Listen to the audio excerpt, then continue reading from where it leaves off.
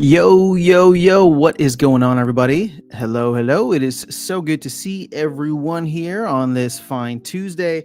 I'm recording this on, or I guess we're streaming on Tuesday, December 12th. So just a couple of weeks left in 2023, and then we move on. And you know me, I'm excited for a lot of things in 2024, Bitcoin related, crypto related, specifically crypto gaming. And of course, as you're looking right now at the screen, Splinterlands related.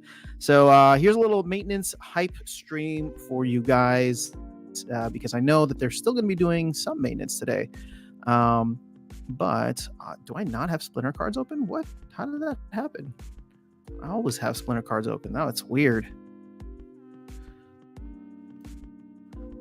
We can check and see the status of everything across the ecosystem right now, which is, oh, look at that. We burned a bunch of DEC. Who is burning DEC? We need more of that. But SPS looking solid, kind of bucking the trend, staying above 3 cents while everything else tanked yesterday. Is this the end? Is this the beginning? I don't know.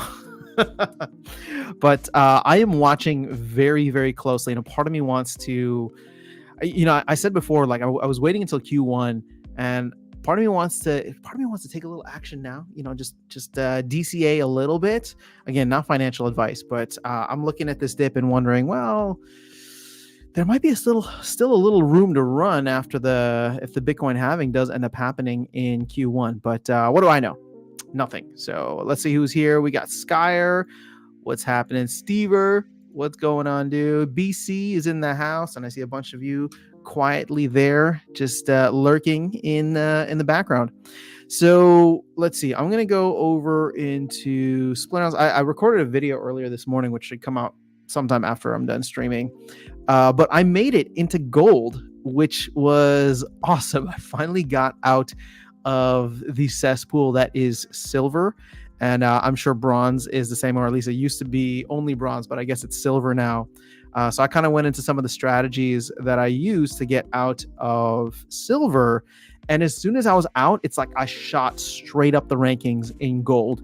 And you can see here, less than 24 hours later, I'm in gold 1. So I've just been winning way more. It shows, I think, the power of a deck or a power of a gold collection of just Chaos Legion, not even full Rift Watchers. I mean, here you'll see which Rift Watcher cards I have, and I do not even use them as much as I probably should be. But let's go ahead and see where we're at. Nope, not Rebellion. Let's do Rift Watchers. Like I have a level 1 Immolation. Actually, let's go to Legendaries.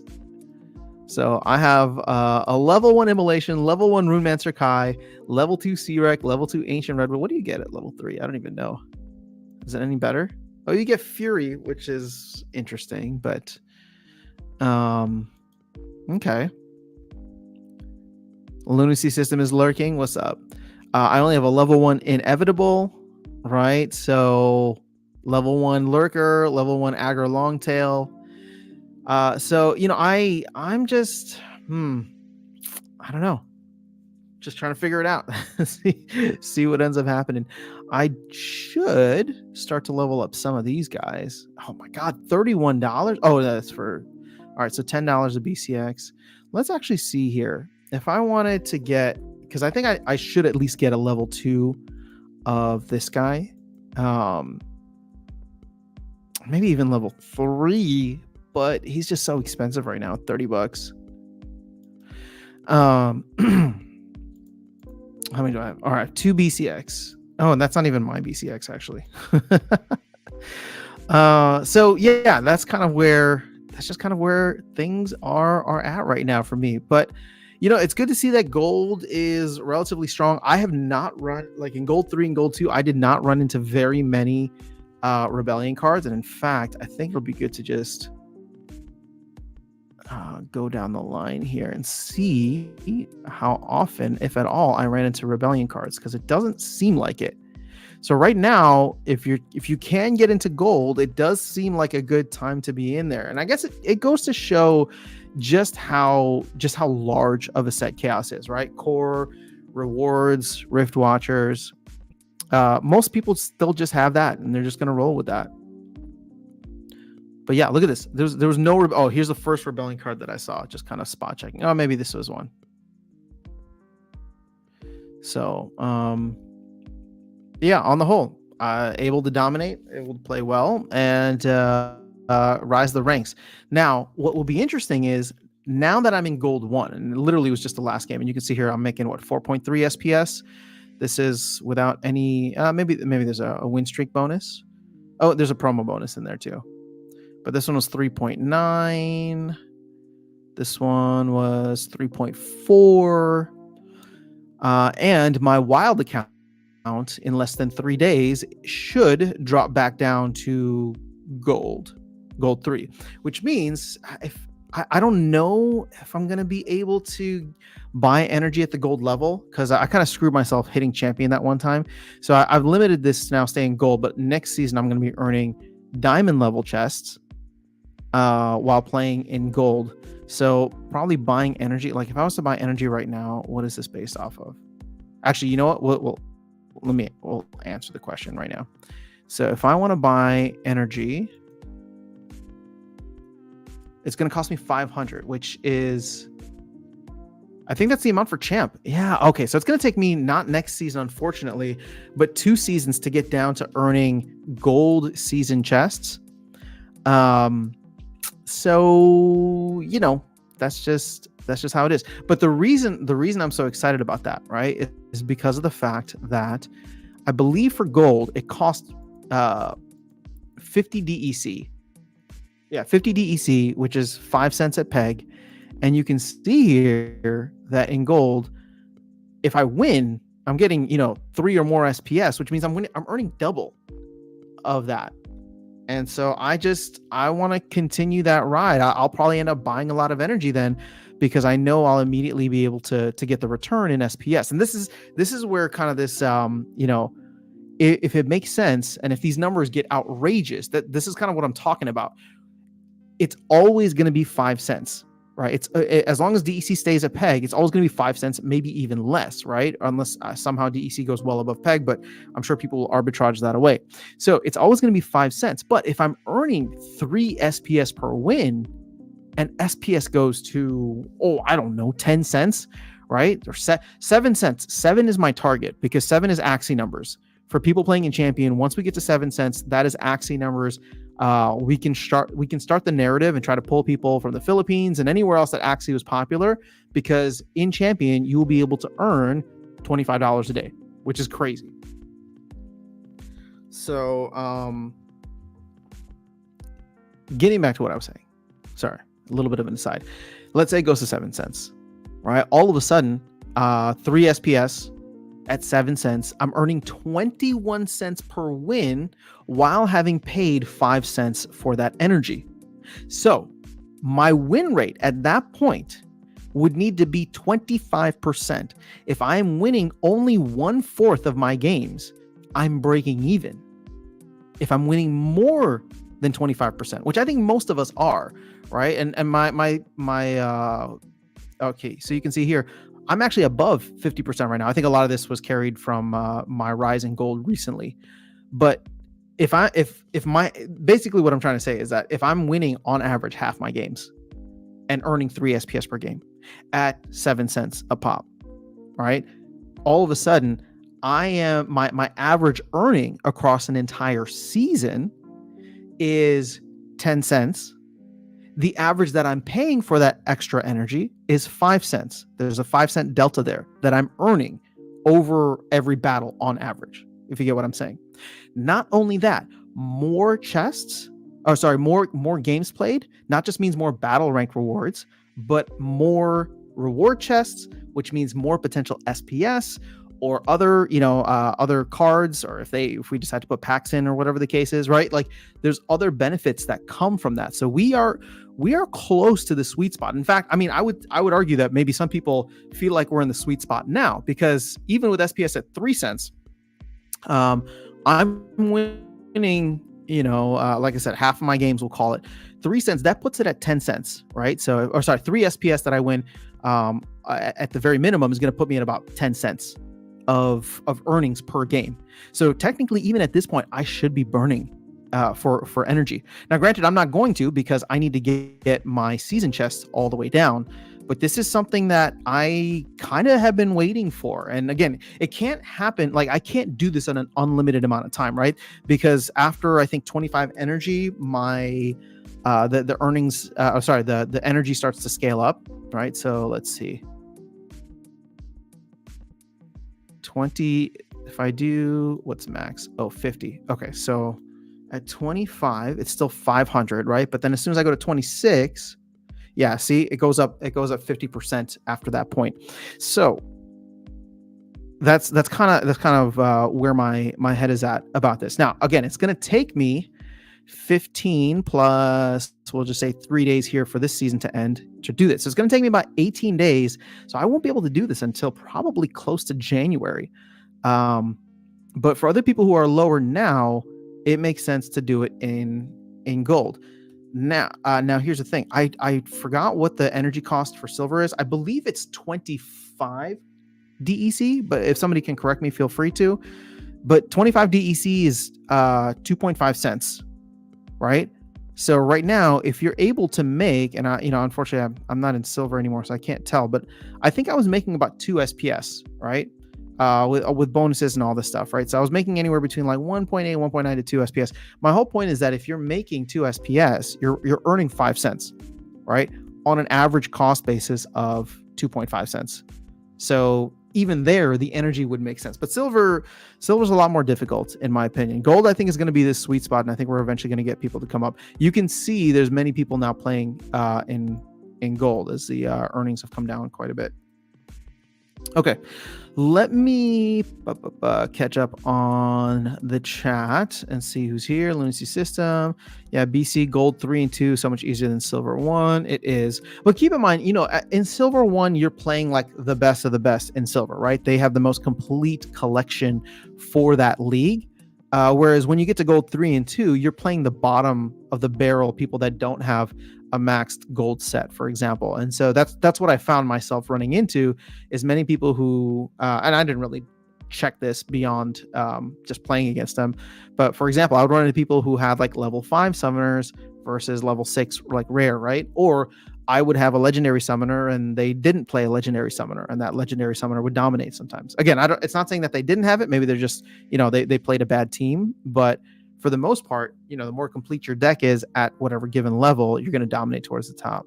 All right, so C says, I'm glad I got my my max Rift set. Yep. All right, so what just sucks now is that most players, including me, can't join those Rebellion-only tournaments. Why can't you join, Inumaru? No town hall. No, they canceled it yesterday, Skyer. Yo, Virus is in the house. Just buy land plots. Yeah, I put out that video earlier today. Yo, what's going on, People's Guild? About the buildings. Like, land is gonna be so complicated, and I'm here for it. Dragon, what's going on? What's up, Bolts 85? Feels good waking up to Splinterlands nowadays. Not as much salt from the Salt Lords. Yeah. It's a good time, I would say. No, they skipped the town square for some reason. Well, my understanding is they were going to do the town square to talk about airdrop conflicts, and the reason they had in the evening originally scheduled for was so that Crypto Mansion could jump on. But with them not actually launching airdrop conflicts today and pushing it until next year, there was no reason. And then I think Matt said that he had something going on with his schedule. So it is what it is. There's one more town hall, he said, before the end of the year, which is next Monday. And that'll be it for 2023. Yep. And I think we got a shot at dying pretty soon. I hope so, man. 10 cents would be great. Again, my target's 7 cents. I think if we get above 5 cents at some point, I know, the marketing and PR and stuff about Splinterlands is very like low, but we need to start talking about the amount of money that people are earning in the game, right? Like, Steve, I think these are the videos you should be making as somebody who plays in Champion, or, at least Modern, Diamond, and Champ. That's the type of content that's going to go viral. And now there's a very robust Twitter community or X community, right? A lot of people on there, Gold Matters, DJ, a lot of you guys here, right? I mean, I see stuff all the time, Brave Tofu. So we need to start talking about earnings. Once it gets high enough, like just having a couple of tweets talking about how, hey, I'm making $10 a day, I'm making whatever, you're going to get people interested. That's exactly why people ran into Axie, and then that's exactly why people ran into every other game afterwards, was because of the promise of earnings. So right now, I haven't actually even calculated where I'm at, but I think that'll be interesting. But the problem is I'm playing in gold, right? So the investment to get into something like gold is going to be significantly less, but also it's not going to be as high in terms of earnings. All right, 1 second, guys. And then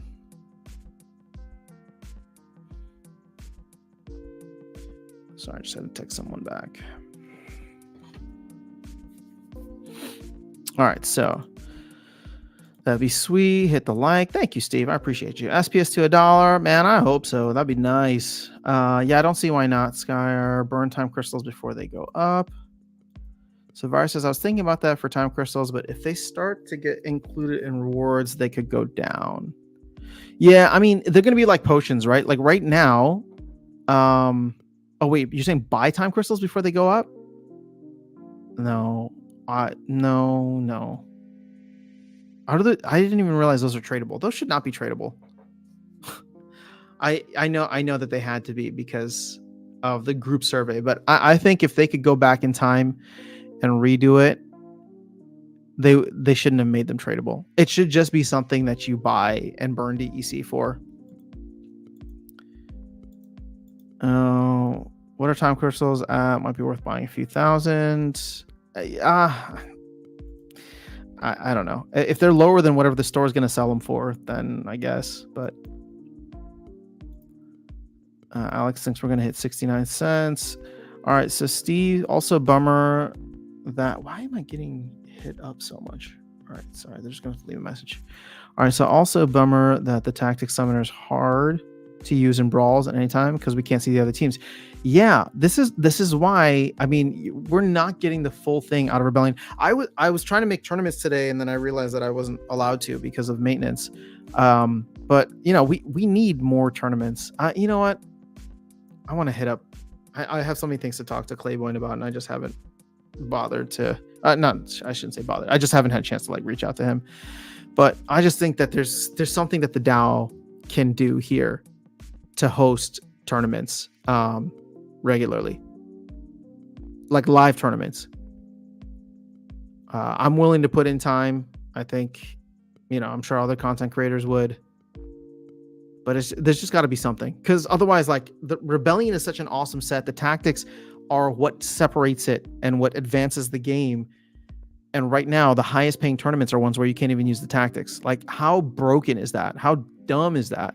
Right. And I know I'm not calling anybody specifically out. I'm calling the situation dumb, because we need to go and actually, it takes time, but we need to actually start making the changes for that. Birds, bees, and trees. Good day. Our Lapsus says, to me, it feels like modern silver is full of bots. Everyone seems to be playing the same possibilist lineup. Hard to believe that real players would be spamming it as much, but not certain. Well, I'll tell you this. I wasn't playing Possibilist that much. Actually, I was a decent amount, but not as much as I was playing Gladiator spam. And I might have looked like a bot because I would put Korra and Captain Katie and Korra and Captain Katie and sometimes Katrelba. But like, that was it. That's how I got out of silver. And my account is not botted. So unfortunately, the meta is just super dominated by gladiators and probably Possibilists to a certain extent if there's enough mana. That's just what silver is right now, sadly. I hope that as people get more of the Rebellion summoners and maybe some of the cards, there'll be some combos there that can offset that, just to give more competitive lineups. But yeah, something's got to happen to Bloodlust. I don't know. I play there with my alt. All right, so Inumara says, can't join Rebellion only tournaments because rent for those cards are too expensive at the moment, especially at gold level. There aren't enough rental market liquidity for gold players. Well, you know, I mean, Inumara, I know it sucks for you, but this is actually a good thing for the ecosystem. If you want to play in the Rebellion only tournaments, you got to get the cards. You have to either, you know, fork it up to buy them or to rent them. And then like that's it. That's actually a good thing, right? So I get it. It's not easy, but the silver lining here is that packs are available for $4, and it doesn't matter if you're a whale or if you are a shrimp. You are able to buy those packs for $4. They're not, gated in another or on a secondary market at a higher price like Untamed was. All right, so 2.0 information on billings dropped today. Brian, I already got a video, man. I'm on top of it, but thank you for the info. I appreciate you, brother.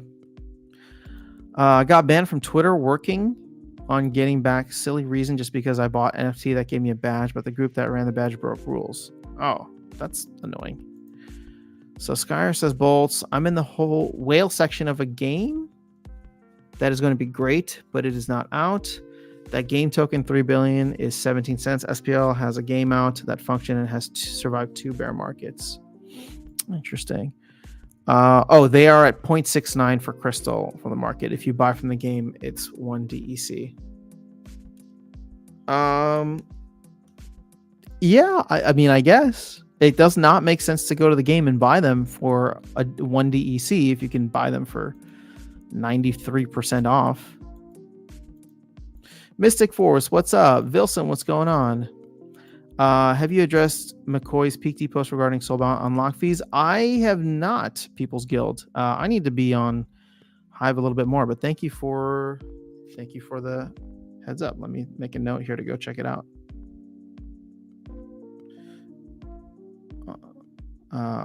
Fees, the real McCoy.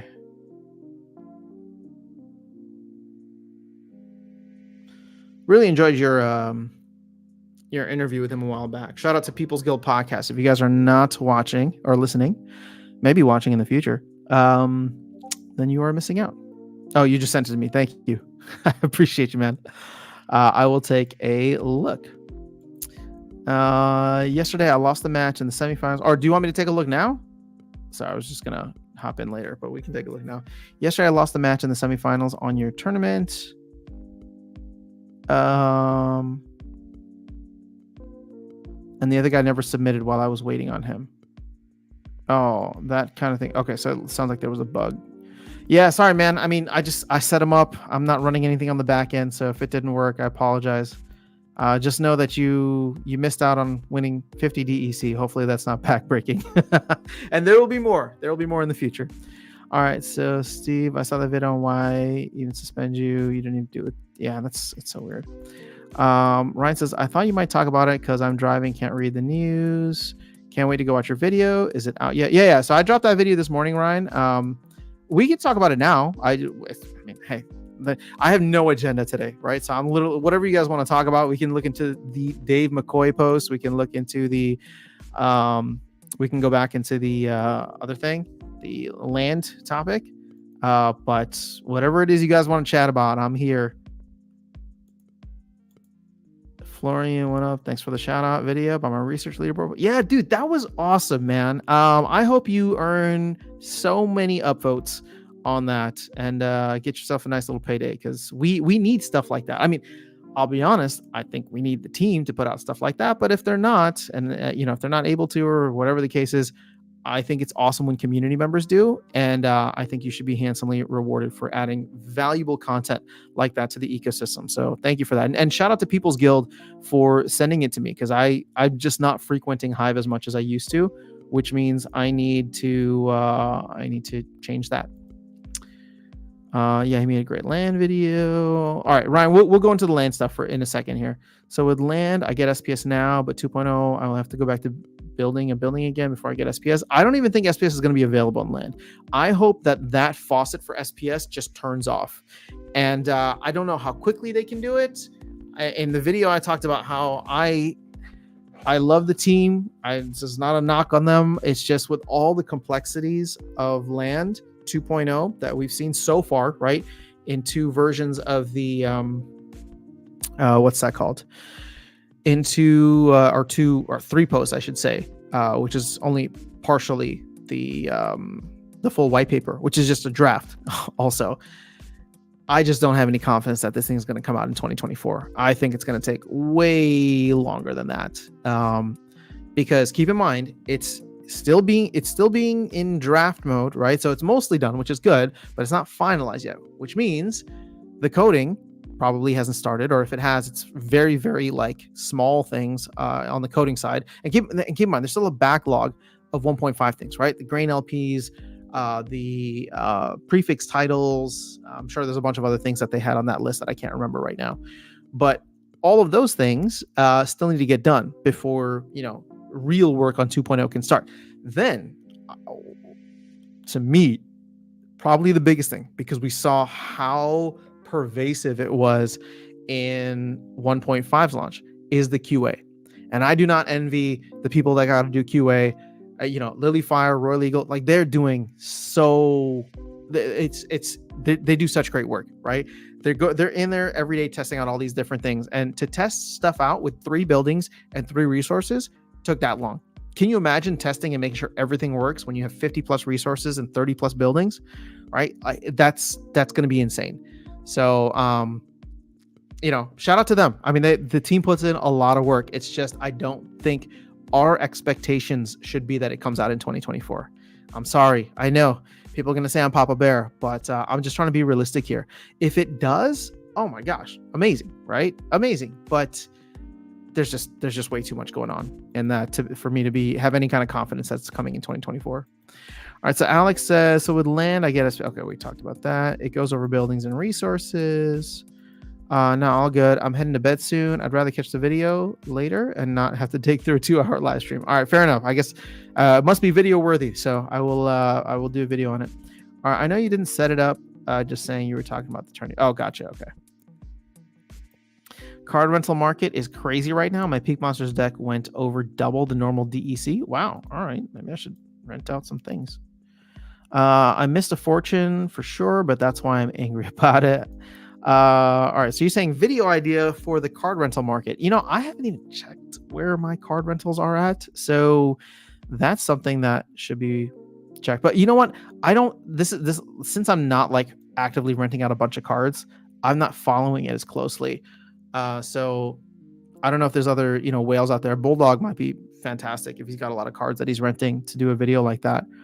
Just because I don't have a baseline to compare it to. I haven't been paying attention because, cards are not like the investment for me. I want to know what's the best cards to buy for your land if you have basic land. So get all the SPS I can now. Yeah, I will say that. Okay, I said this about playing the game. And I said this about, and I'll say this about land, right? The best way to make money in the game, and this is not financial advice by any means, is not to play the game, right? Like, let's just be real. I mean, granted, sure, you got to have some capital to come in, but to buy a land plot for $35, to buy DEC to put, on your land, and then to buy the units, the monsters or the cards to stake on your land, how much money are you spending there? I don't know, $100 maybe? Wouldn't it just be better to buy SPS at 3 cents? With the knowledge that there's actually a decent amount of upside potential for SPS. Once you buy the DEC, 50,000 DEC worth, that's not going up, right? If it does, it's going to get arbitraged down. The land plot may go up, right? May go up. The cards may go up, but are they going to do they have the same potential or liquidity as something like SPS? Absolutely not. So I'm not telling you to go buy SPS because this is not a financial channel. It's a gaming channel. I am just saying, though, that in my personal opinion, if I was trying to make money from the game, playing the game wouldn't be the way to do it. I play the game because I enjoy it. And therefore, I am foregoing actually earnings potential because I want to have a land plot.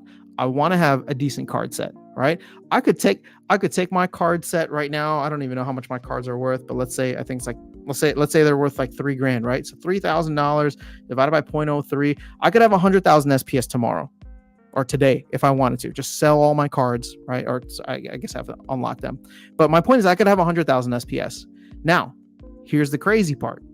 SPS goes to $1, right? For all you moon boys out there. Then all of a sudden I did a 33x on my capital. Are my cards each of them with their all individual metas and whatever and different levels, are they going to do a 33x in total? I don't think so. I could be wrong. Maybe some of them will. Maybe a couple of them, which end up being so critical for the meta in the future, maybe they will. But not all of them. Not my hardy stonefishes and all the extra Pellicore bandits I have. That's not going to happen. So and 33x is a lot. So let's even just talk about a 10x, right? Let's say SPS hits 30-ish cents, right, which is kind of a new all-time high market cap. So are all these cards going to do a 10x? I don't think so. Like, is Dr. Blight at $30 right now going to jump back up to 300? Maybe. That probably has a closer chance than anything. But is a hardy stonefish going to go from a penny to 10 cents, right? We'd really need a lot of people to come in. And I'll tell you this, is if a lot of people come in, if enough people, okay, let's put it this way. In my opinion, if enough people come in to push the card market 10x, the SPS is going to do way more higher multiples than that, in my opinion, right? Just because you don't need all the cards to play the game, but you do need SPS. And so if people come in, everybody buys SPS, but not everybody buys a Dr. Blight, right? Everybody buys SPS, but they don't buy a Dr. Blight. They can skip out on a Mantaroth. They can skip out on a hardy stonefish. So again, NFA. But if you want to play the game, all these cards are super fun. I use my Dr. Blight way too much because I love him. But, that's because I have fun, and this is a gaming channel at the end of the day. All right, so I want to know what's the best cards to buy for your land. Oh, I think we did that already. I don't know. I mean, commons, rares. Did you, Alex, did you ever go to Peak Monsters? Come on, man. I told you about the calculator on Peak Monsters. Let's see. I told you about the calculator on Peak Monsters, and then there's also, if you go buy cards, for example, you will see, let's do list. Where's it compare? There you go. Can't you compare by best production to cost ratio? Boom. There you go. Check that out. So Gargoyle Devils are your best bet per dollar right now.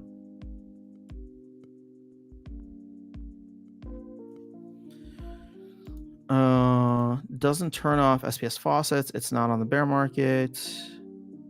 It's not enough on a bear market. Imagine on a bull run. Oh, don't turn off SPS Faucets. I mean, I think we should absolutely be considering turning off SPS Faucets. That's the only thing holding the token value down right now. More people are getting way more of it than they need. But that'll flip probably, hopefully, in a bull run. Not confirmed or guaranteed, but yeah, I don't know. Wibblewees, what's going on? Peak Monsters are launching a game. I saw that as well. Has anybody else had a chance to check it out? I have the blog open here, and I did not dive into it yet. So, but I wanted to check it out and see what's going on. I think next year is going to be a really fun year for Hive gaming, just in general. All right, want some alpha? Go to Peak Monsters. They apparently got a game out. Nice. Yeah, but that's not fun. That's work. What are you talking about? Down for maintenance. Do you have inevitable? I only have one BCX of inevitable. So, no, I don't have. I think I really need to get him to gold level, but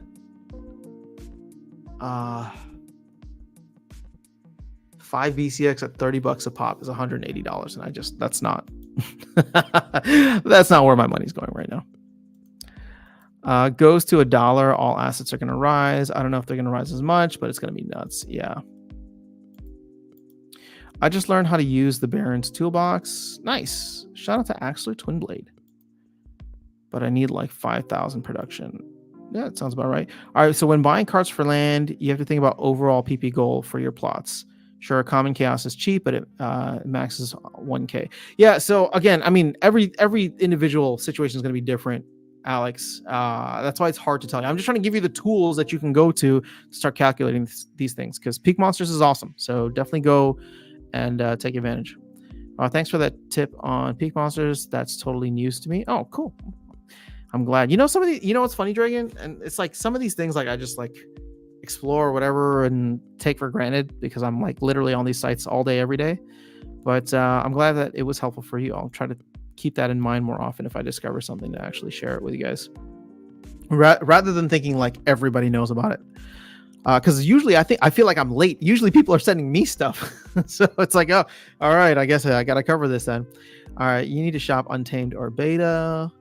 What is a faucet in crypto terms? Faucet. So faucet means like a distribution, right? So playing the game right now, or let's do it this way. Staking your SPS earns you more SPS, right? So that's minting more SPS that's coming into the ecosystem. That's a faucet. A sink would be, well, a permanent sink, we'll call it, would be obviously the burning of SPS for DEC, or as it currently stands, the burning of SPS to buy a node license from the store. I would say, you know, temporary sinks would be things like the staking requirement for playing in order to be able to compete at whatever level, right? It's temporary because if somebody decides that they want to quit the game, then they can always, you know, bring that SPS back out into circulation.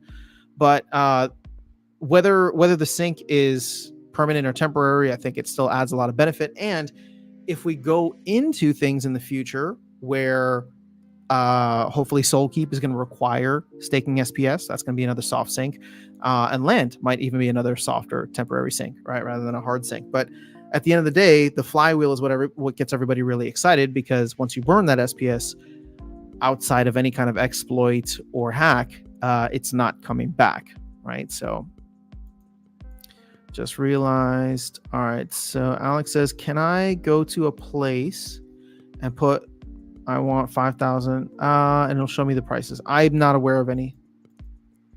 Lapses, the pack sale is open for the Pixel game now. 8D for a starter pack and 3D for normal pack. Oh, $8. Okay. 30,000 packs total available. Yeah, I mean, that's cool. And I honestly wish them the best. I learned my lesson with the Splinterlands. No pre-sales. If something's cool and it's fun, so if something's cool and it's fun and it's active, I'll go and buy it and I'll pay the price for the value. But I'm just not touching pre-sales. And that's not a knock on Splinterlands, but Splinterlands did teach me the lesson, and I will never do that with any other game or project again. So I knew about comparisons, but not for PP cost. That's cool. All right. Has Darkest Night bought further into Rebellion yet? A Grimbar Dune plus a Kane? No. So he did max out his Mantaroth, and he's watching closely. I don't know if he's had a chance to see, you know, a Kane and Grimbar Dune in action yet, but I would assume for him, similar to me, he's probably just coming across a lot of chaos only meta, right? So yeah, just make sure you're aware that there are deals on production, but sometimes it's on cards with low max. Yep. So I like holding 1,000 vouchers, very nice round numbers, waiting for it to 20 cents. Man, Alex, I'm waiting for that day with you. I just sold a bunch after they said it was not going to come out, or airdrop conflicts weren't coming out. I was like, oh, we're going to print another 1.2 million between now and January. So yeah, I'm going to sell mine for whatever it was. So Untamed is pretty cheap and cards are double the production. Nice. Alex, just look up the land papers. Yeah. Although I will say this, for people who are holding vouchers, I think what's fascinating is the rise of SPS. Oh, I know we're down now. The rise of SPS has actually pushed the APR for vouchers and swap.hive. Oh my God, it's above 60%. There's no way. Wait, it was like 50 something earlier. This has to be pulling in something wrong. But either way, 60% APR on vouchers and swap.hive.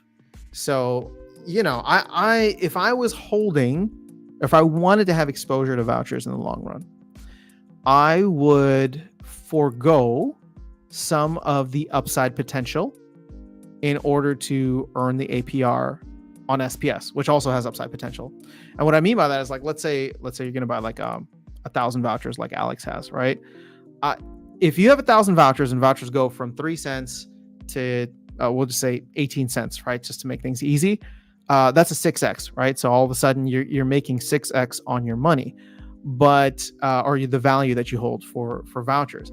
If you throw half of them into Hive, right, and all of it into the voucher swap.hive pool, well, then you only have exposure to that portion of the I guess you only have half the exposure to vouchers. And the thing is, as you go up, you lose a lot of the upside potential, right? You're not going to get a 6x if only vouchers go up and swap.hive stays the same.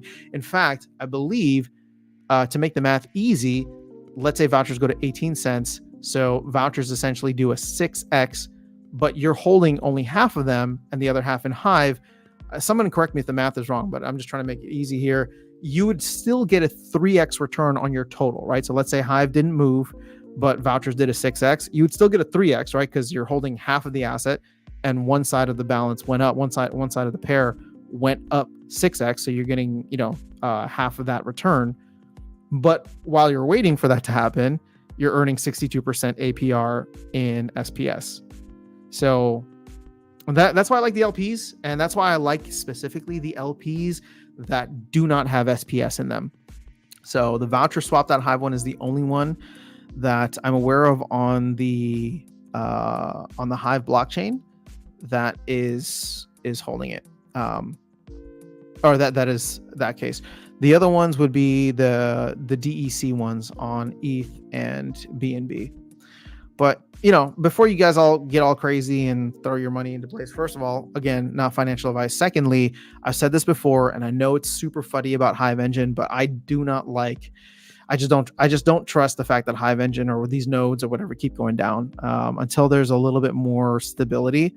I personally don't like the idea of keeping a ton of capital on there. I trust Ethereum and BNB way more. And also, it's because ETH and BNB are actually decentralized, whereas Hive Engine, as awesome as it is a centralized company that's run by like Aggie and Cryptomancer and all that. So, not that I think that they're bad or they're going to do anything nefarious. In fact, I doubt that they would, but that doesn't mean that there can't be a point of failure. That doesn't mean that like the single point of failure is not a liability.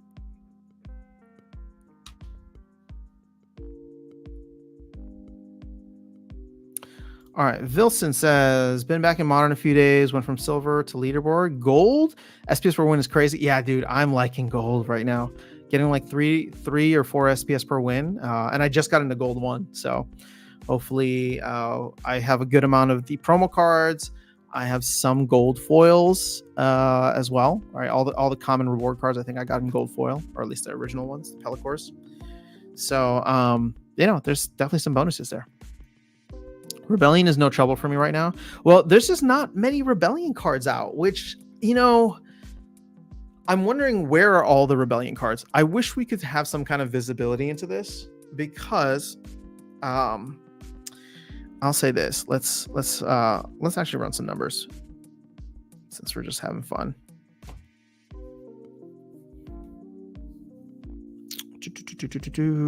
All right. So we have 407,000 packs opened.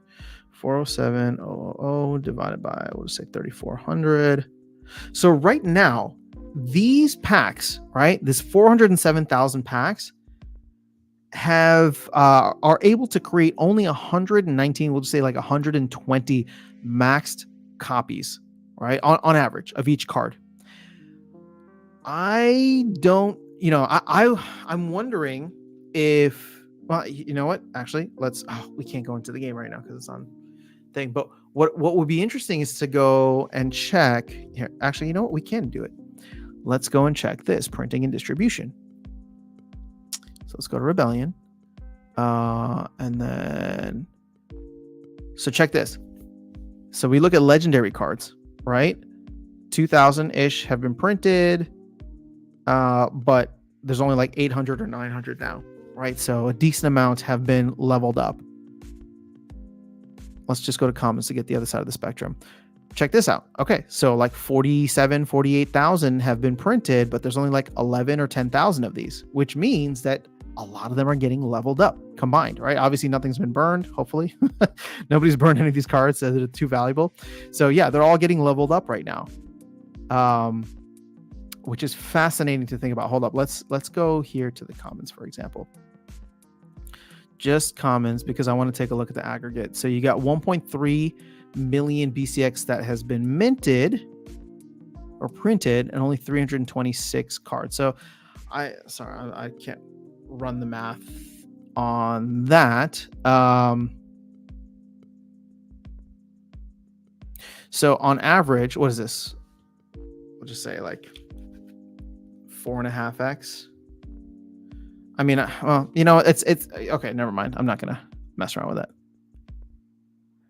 What I'm trying to get is like what's the average that these things are getting combined to? But honestly, that doesn't even matter.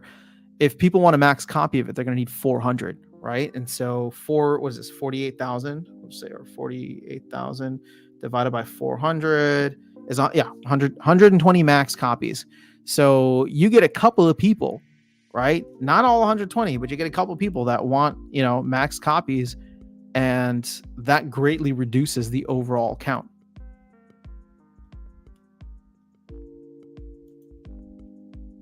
Legendaries are going to be something else too. So yeah, interesting to think about. Anybody know what's going on with this whole Splinter Cards rebrand?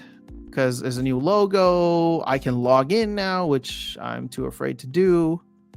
But like, why would I want to log in? I'm just curious. I don't know if there's like a Splinter Cards Discord or if they mentioned anything anywhere.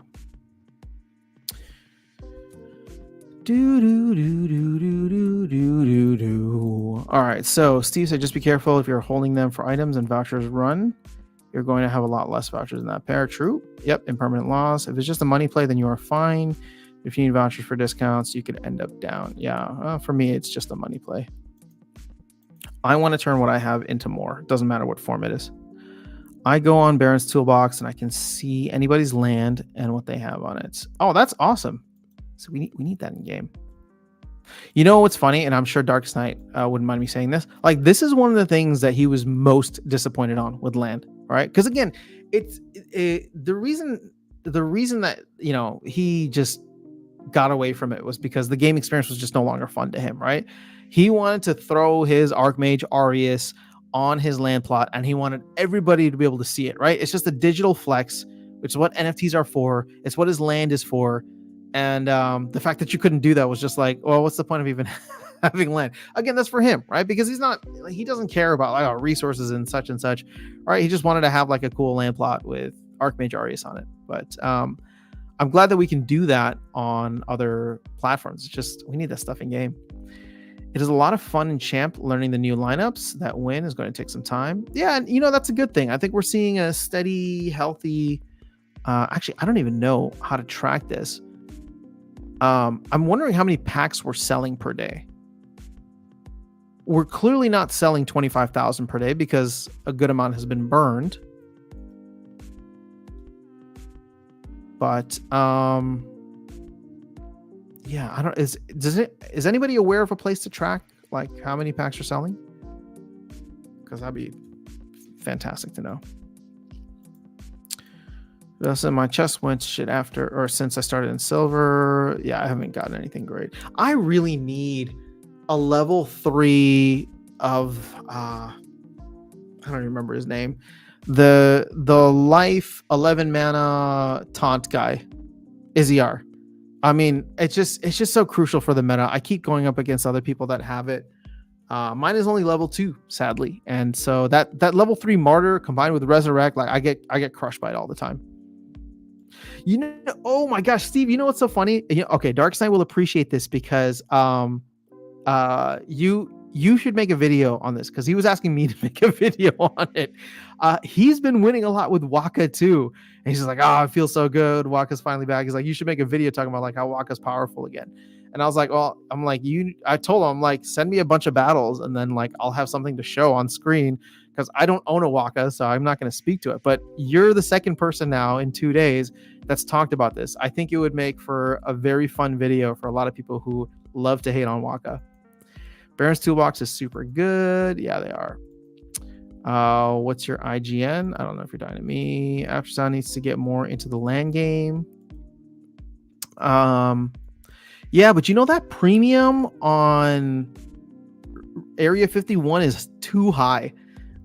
Like I think the cheapest plots, there's not even that many plots selling. Check out this premium. Virus, I'm sure Virus is like keeping an eye out because he's trying to grow what he's doing. But like, check this. $35, $39, $40, right? Most of these other areas. If I go to Area 51,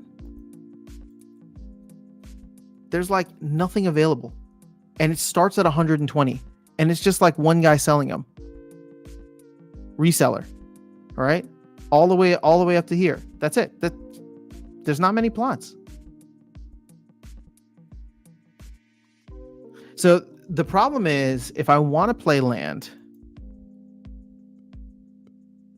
I'll have to start up in another area.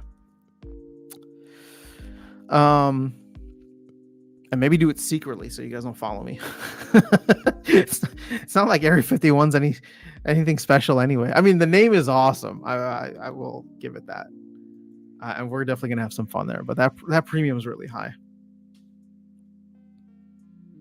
which sucks because I can't even take advantage of the premium. It's not like I'm gonna sell my land plots. I want them to play.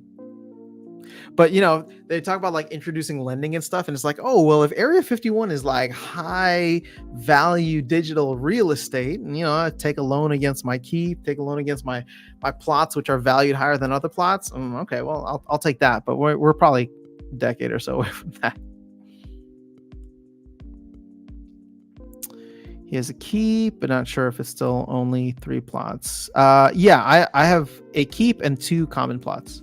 I also have, I didn't realize this, but I guess it was like a thank you parting thing that I won from Splinterlands TV. I have an unclaimed land plot token, right? So I can claim it. Obviously, it's going to be a completely different region, whichever one's claiming next.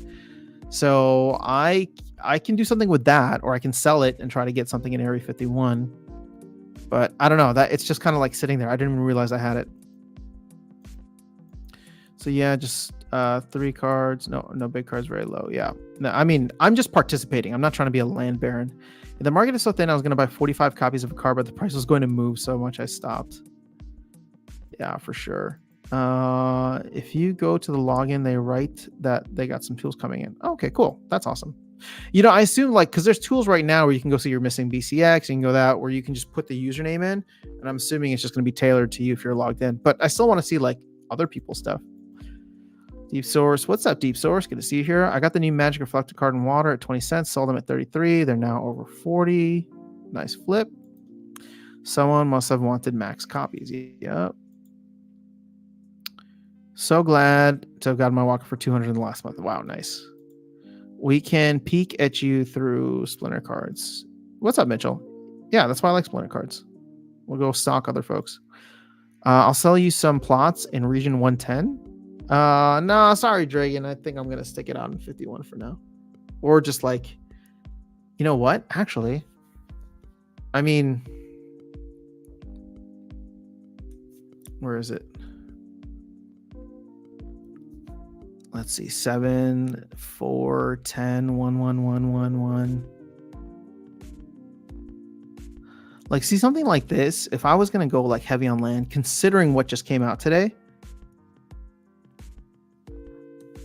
I would totally wipe the floor with like this right here. See all these plots that they're selling. Boom, boom, boom, boom, boom. Because you're going to need stuff for storage, you're going to need stuff for refinement.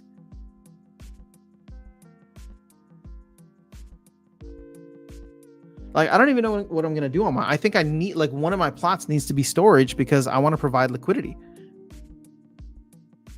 Which means that, like, okay, so one of them just gets used up as storage, and then the other one is producing what? Raw wood? Which will be, you know, hopefully essential for the market and economy. But yeah. And then I don't know if you guys noticed this, but there are no castles for sale anymore. And keep prices have jumped significantly. Somebody just bought the last keep for three grand. You know, I saw that this morning and I was like, I wonder how long this is going to stay there, because it was 3 grand and then it jumped up to 9K. So there you go. I wonder if they immediately turned around and sold it for 9,000. But keeps and castles are going to be quite powerful with those trifoil runes.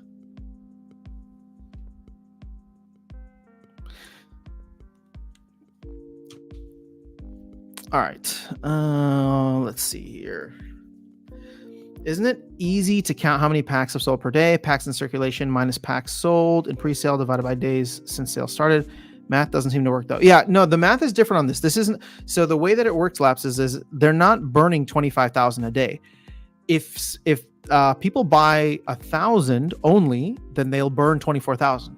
If people buy 25,000, they'll burn 0. If people buy like 50,000 a day, they'll burn 0.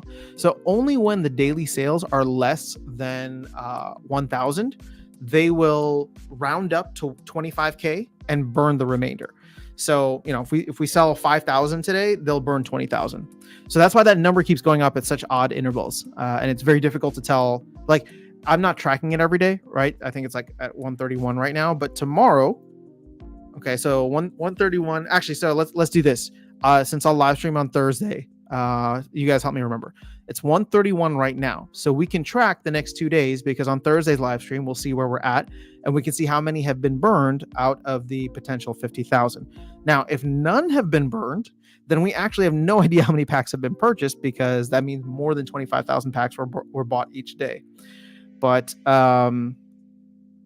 if it does go up, then we can figure out at least a little bit. A 2-day moving average. Man, that premium is high in 98. We got a bit of tax also, but a few in the 80s. Nice. Yep.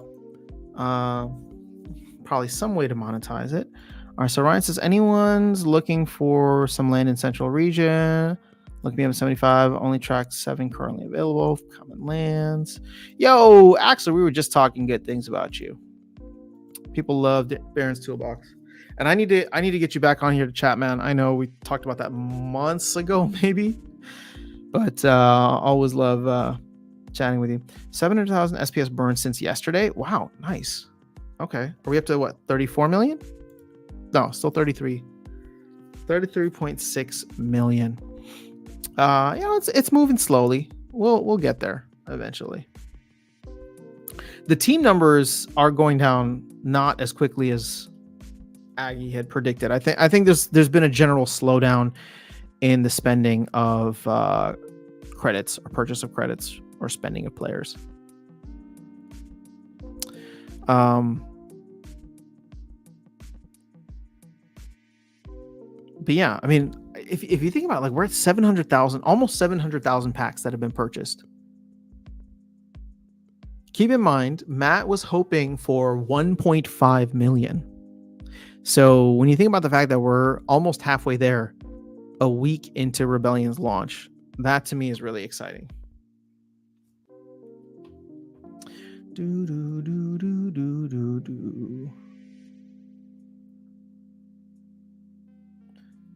Let's see here.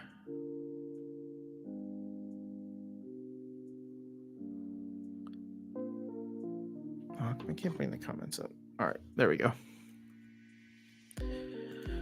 Florian says, I would suggest to get 3 common plots in a cheap region, 1 to produce resources, 1 to refine it, and 1 for storage, something like that. Floor price is $40. Yep. See, that's perfect. Like, if you just want to participate and have stuff. But here's the thing, Florian. My guess is you'll be able to store a little bit, right? So I think for most people, what they'll end up doing is, if you really want to specialize in something, which is what Matt talked about, and I think, there's going to be benefits for doing this, just buy like 3 forests and just produce, the raw resources on there. I think it's wood for forests and jungle and swamp, and then you just go sell it on the marketplace for whatever else you need, right? Let's say you need a little ore or iron or stone. I don't know, whatever things are, but you just become so good at mining that you go and send it out or sell it. Dre, you got a lot of land, only 2 with building in a box. Yup. I'm in 110 with most of my stuff. He said raw wood. Yes, I did. Nice catch. All right, I bought a tract way back when God's dog was a puppy. Wow, nice. OG. All right, so Peak Nosters dashboard shows that Sorry, I had to. That market spending has dropped to 30K-ish per day, and if 1/3 is credits, that is about 10K worth of DEC. Yeah, I think it's even less than that. I think credits came in probably pretty heavy in the beginning, but I don't know. We'll see.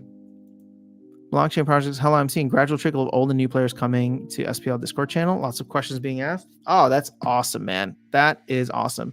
I have also seen, well, there's been a little bit of slowdown, but I'm starting to track these more just because I'm genuinely curious as to like, are people coming back? But subscribers on this channel have started going up. Where was it? Yeah, okay, so if I like compare this to like 3 months ago. Okay, so over the last 90 days, I've picked up 59 subscribers. But in the last 30 days, yeah, okay, so check this out. So over 90 days, I've picked up 59 subscribers. But over the last 30 days, I picked up 32. So 32 out of the 59, which is more than half, have come in just the last 30 days, which obviously have been an exciting time. Rebellion, land, all that stuff. So I don't know. I take that as a good sign.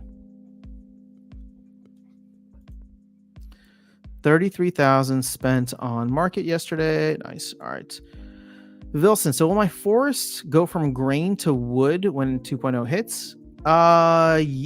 That's my guess. Yeah, because they're not able to produce grain. So, or do I have to rebuild? Well, you know what'll be interesting? You'll have to build a building on there unless you have BIB or building in a box, because what we have right now are called work sites, which are not technically buildings.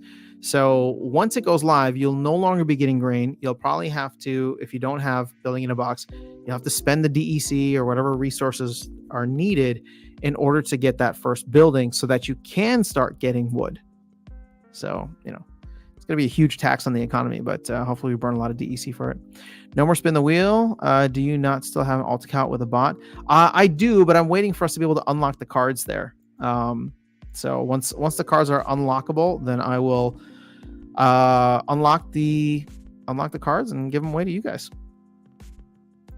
Twitter has been busy again. I got myself banned, but I also see subs going back up on my channel. Yeah, see, so Steve is noticing the same thing. There's a lot of people. I'm telling you, man, this green candle is the best marketing that can happen, right? So let's go to gaming again. Oh no, that's not what I want. Why did it? Why does it go back? Look at this. Why does it go to non-dark mode? That's so annoying. You should just default to dark mode, please. All right, let's do gaming and GameFi. And let's look at the 30-day, right? So obviously you're going to have a lot of probably random ones up here. Well, there's big time at 360% over the last 30 days. But here's Splinterlands up almost a 2x, 90%, right? So think about the fact that like Splinterlands is game, ranked token number 971. I'm obviously not having to scroll that far to see massive gains for Splinterlands. So when somebody comes in here, right, and they sort by what are the games that have been doing really well over the past month, I mean, they're going to see Splinterlands much earlier than they would if it was originally marked by or sorted by market cap.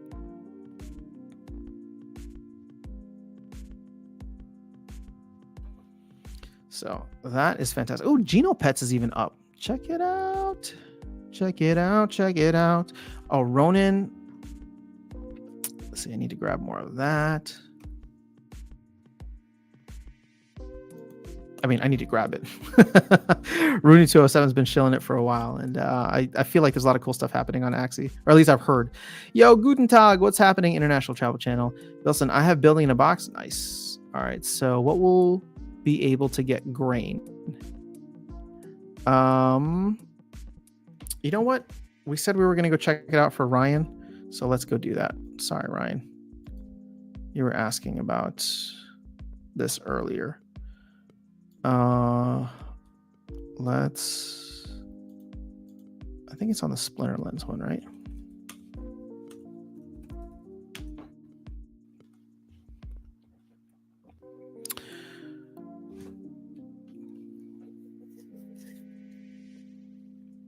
Come on now. There we go. All right, so let's go through this. In order to get grain, you will need a plains, river, bog, or lake. In order to get wood, forest, swamp, tundra, or jungle. Stone is going to be desert, canyon, hills. Ores are going to be mountain, badlands, caldera. Now, I don't know what's going to be more essential than others. I think that's almost impossible to know at this point. But grain, interestingly enough, is going to be needed by every unit. Wood, I'm assuming wood, stone, and ore are going to be needed by every building, right? Maybe some buildings have more than others, but I would guess that, you know, it's hard to determine which one would be the best, right? Which is going to be the most needed. But in order to power everything, everybody's going to need grain. So I would say that plains, river, bogs, and lakes are probably a good bet if you want to be the food supplier of the world. Which could be interesting. Imagine if we had like a cartel type situation that just like ran up the price on grain. That would be hilarious. Yeah, sneaky play is the whole grain for that change. There are going to be guys in tracks that can't really grow much grain. Yeah, well, but here's the thing. Like whatever you have, whatever you own, just specialize in it. Like don't try to be something different. At this point, like it is what it is. River, yeah, I think River was on that list. All right, so hopefully they won't have to spend more. When Town Hall, Monday, they skipped the one yesterday. Wilson, also how my workers eat. Yeah. All right, the cool thing about the flywheel is it won't care so much about the market once it goes, but a bull market can make it go faster. Yeah, I'm trying to think of like, what are the things that are going to cause a lot of outside capital to come in the form of credits, right? I think Rebellion is obviously the recent one that ate through a lot of DEC.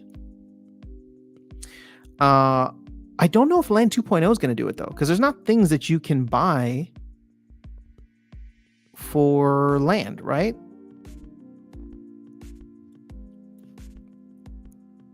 I guess, well, you know what?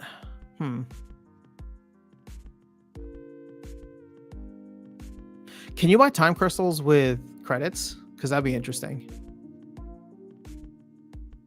Imagine if they took that and then burned the DEC off the back end. But actually, that would not be... I don't know. Interesting to think about. I don't think there's going to be anything for land. So part of me thinks that if there is a mini set that comes out next year, that could be something that takes credits. But keep in mind, Rift Watchers did not take credits. But Rift Watchers is also fundamentally different from Rebellion, right? Or Rebellion is fundamentally different from Rift Watchers. Because while Rift Watchers in its entirety, Rift Watchers in its entirety is owned by the DAO, Rebellion is kind of like a collaboration between DAO and team. And I would actually say I wouldn't mind seeing that again for whatever the mini set for Rebellion ends up being. And my hope, this is why I think summer could be crazy, is my hope is that we potentially see that in September of next year, similar to how we saw Rift Watchers in September of 2022. So if summer ends up being like this awesome, fun, crazy time, right? Maybe we don't wait until September because, you know, September is usually a red month for crypto overall. But imagine it launches in like August. and all of a sudden you have a bunch of people bringing credits in to like participate in this pre-sale, and maybe there's a narrative for gaming. I've already talked about that. But if you do a similar setup where the team gets some revenue, which I think is well deserved, and yeah, the team gets some revenue and they're converting credits and there's not enough DEC out there, then they will start buying DEC off the market. Or sorry, they will start buying SPS off the marketplace to burn it. So, Aggie was right. It's just Aggie's timelines are never right. Sorry, Aggie. It's just the truth, man. Like, I mean, Aggie called this kind of crazy pump in Bitcoin. He said he was waiting for it the entire summer. Did not happen until October after he was, as he says, demoted, right? So, and now he's talking about, the fact that the company's buying 15, what's that called? Or $25,000 or $30,000 worth of credits, or they're getting $30,000 worth of credits. Again, he's right. At some point, the flywheel will go into overdrive because of new money coming in that the team needs to go buy SPS off the marketplace and burn it for DEC. But I think it's not going to happen anytime soon. At least there's no major catalyst, in my opinion. If it's a catalyst, so let's put it this way: if it's a catalyst, it's going to be something external. And what I mean by that is, it's going to be another game, right? Because it's not going to be a release. We've already gotten 2 major releases here. Soulkeep maybe, right? But I think Soulkeep is too big of a question mark right now. So the only external factor for this would be another game catching fire, similar to Axie 2021, and then that just leading to a bunch of people coming in, realizing that they need SPS and they need DEC and they need cards and all this stuff, right? So they're bringing new capital in. Splinterlands has a nice kind of setup here of fiat to crypto onboarding through PayPal. So that could happen. When it does, how it does, I don't know. But Immutable's launching 100 games in the next year. You got Axie Infinity probably launching some stuff on their platform, which is interesting. So I don't know. It's exciting times. Anybody on Discord know who is selling grain? I think there's the buy sell channel. You got some rivers. Nice. Cold. All right. Aaron Kennedy, what's up? Cold as, what's up? And I think those are undervalued. Grading is going. Oh, grain. I think you mean is going back to 1 DEC, I guess. I wouldn't say that. I think there's still going to be way too much of it. I bought another Epic with my Epic, both Tundras and a common Tundra next to figure I can capitalize on whatever. Well, so here's the thing. If we go back to that, the white paper, your Epic Tundras, you should be getting the raw resources from, right? Because that's where plot rarity matters. Plot rarity for refinement and storage doesn't. So your Epic Tundras should totally be mining ore or stone or whatever it is that they get, and then use your common Tundra as the place to refine it or store it. Powis, what's going on? Powis, I think you beat me in the game recently. GG's. You can buy time crystals with DEC and credits. Okay, so there you go. Now, the question is the team taking those credits and then burning the DEC on the back end, or do they just take the credits as company revenue? So we need Soulbound unlocked for land. That will create DEC demand. And then even if we are buying DEC, someone will buy SPS to print the supply. I guess I'm just not as excited about Soulbound on land as other people. I'm excited about it that it'll open things up, but I don't think that it's going to be the major economy play that many people do. Granted, we don't have a lot of SPS right now, or so we don't have that much DEC. So, there might be some burning, but I don't know. I just don't think that there's going to be, to me, it's not going to move the numbers as much. See, this arbitrage right here, that's probably going to continue for, I don't know, hopefully a little bit.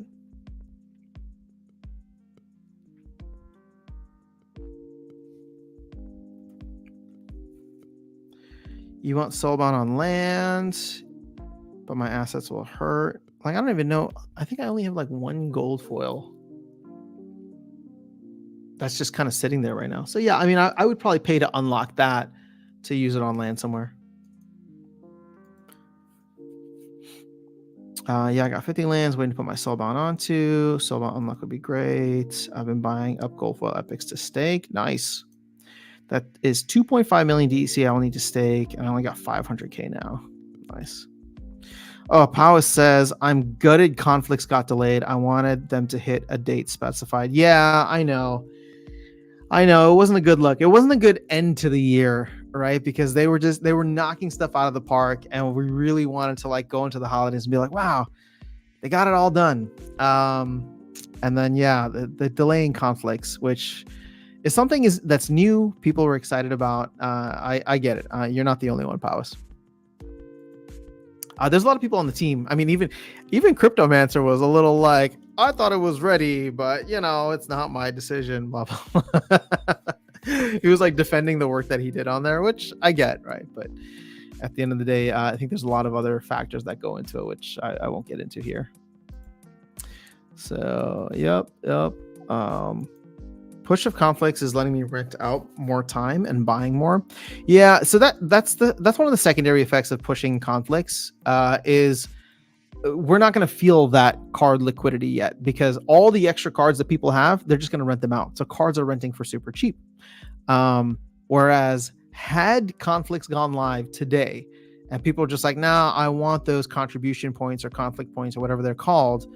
I think that this pack value, right, estimated value, all those cards would have been taken off the marketplace and they would have just been stored on land. Now, maybe there's a argument to be said that the estimated pack value wouldn't change, but guess what?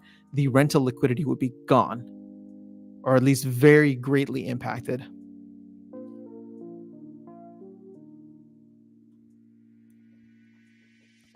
So, that's it. Yeah, I got some ETH to do another SPS buy and burn, but waiting for Soulbound unlock. Fair enough. Man, I'm like trying to get into a position here where I'm like, and again, this is not financial advice. I'm just saying, like, I want to go really heavy into a token, right? And I'm like trying to like map out what's it going to be, right? I'm already exposed to Splinterlands quite a bit, but even still, I look at SPS and I'm just like, oh, like, do I want to buy, X amount of SPS, and just like wait and flip that? A part of me does. I mean, the other token in the running right now is Prime, and I've kind of set my research for the rest of this month to look further into like Axie, Immutable, well, not Immutable itself, but like games launching on Immutable. Gala is another one that's up there, just to kind of like diversify. But yeah, I always come back to SPS because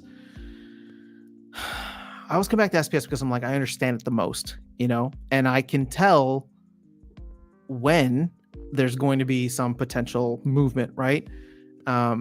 We knew with the two launches coming, Land and Rebellion, that some kind of fireworks were going to happen. And I know most people are going to look at this and say like, 3 cents, what's that? And you're absolutely right. 3 cents kind of sucks, but it's better than 1.3 at the low, right? So it's more than or up more than a 2x in that time frame, which I think is valuable. I think is clutch. It's on par or better than most of the rest of the marketplace. And so to me, that just represents the fact that when things really start to move and shake in 2024 or maybe 2025, SPS should hopefully be along for the ride. Or if we can get more cool things out there that require DEC. And I guess if I'm looking ahead to 2023, the only thing that I can think of right now would be if Land 2.0 actually comes out, but maybe the mini set is really just the main thing.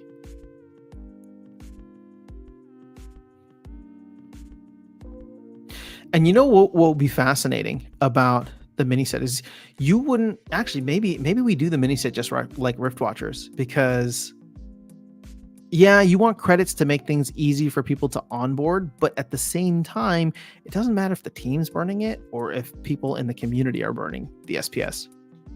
All right, that's going to create some massive buying power. So there will be opportunities. And like I said, I'm just more closely following Splinterlands than anything else. But I wish, what would be fun? I wish that I could like get together with somebody who like I don't consider myself like a Splinterlands expert, but I obviously have most of my experience and attention on Splinterlands. But it'd be great to have like conversations with somebody who's like the me version of Gala or the me version of Axie, right? Just to be like, hey, what's going on in the space? Like we should get together for like an hour every week and chat about crypto gaming, and everybody brings kind of like their updates from what's happening in these different games. Actually, you know what? I'm going to ask you guys this: are there games that you are playing right now? And more specifically, who are the influencers you are following for those games? Not because I'm trying to network, but because I want to learn more about Axie. I want to learn more about Immutable, like people who are creating content like me or Steve or Tails, like people who are doing like things like that, just focusing on those games. I want to start watching them more so I can kind of expand my knowledge of Web3 gaming beyond just Splinterlands and having peripheral kind of information.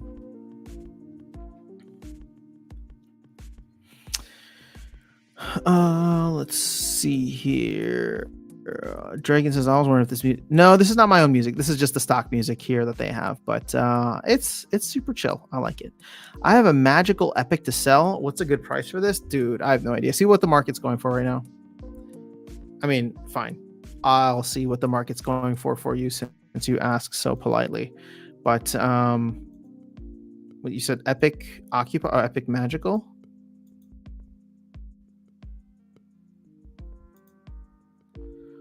I mean, if you want a price to sell, then it'd probably be about $600. But it depends on, I don't know. I mean, let's go back to the white paper for a second. So these are the resource productions, right? Resource. So there's only like a few life magical plots, for example. See, so this is okay. Hold up. See, now this is where it's going to get interesting. Let's check this out.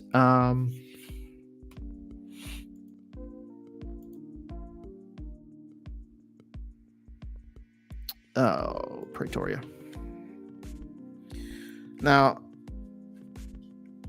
if I had the capital, I mean, I do have the capital, but I'm not going to go heavy on land because I don't want to. But if we were playing with Monopoly money, I think it would be fascinating to go for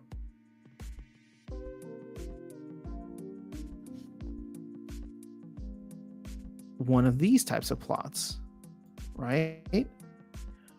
A magical. Whoops.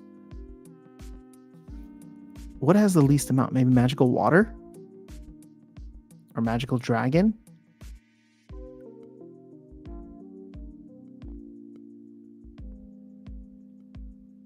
Dude, I would totally go for magical water. It has the lowest amount of commons. It has almost the lowest, or I guess rares are on pace. It has the lowest amount of epics. It has the lowest amount of, no, it doesn't have the lowest amount of legendaries. But I'm just saying, right? We'll just say 3,000 plots a piece. You'll be the only one producing any of these magical plots. Actually, that's a lot. Granted, 3,000 is a lot. Now, the reason I'm saying 3,000 is a lot is because everybody who has a magical plot is going to be going for the raw resources. Nobody would take their magical plot and put a storage building on it, right? Whereas, there's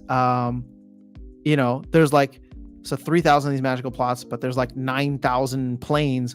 I can imagine a good amount of these are going to be used up for storage and refinement buildings.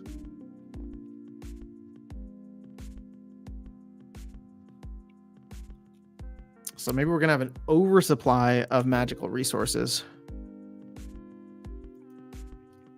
When is maintenance over? Birds, bees, and trees. I don't know. I can't imagine that there's a lot going on today, or a lot going out today. Should be over soon. Already seems longer than usual. Yo, what's up, Mario? Golem Watch, Bronze Dragon. Oh, you know what? I do need to catch up on whatever's happening in Golem Overlord. So thank you. I will go to Bronze Dragon.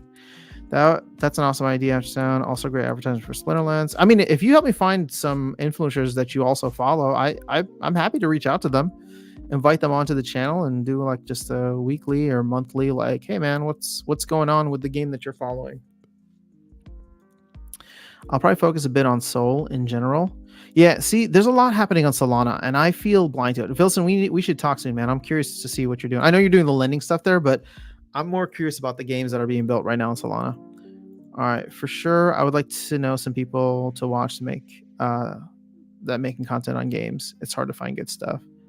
I seem to only find promo videos. Yeah, I agree. I follow NFT Morning Show and follow them on Twitter as well.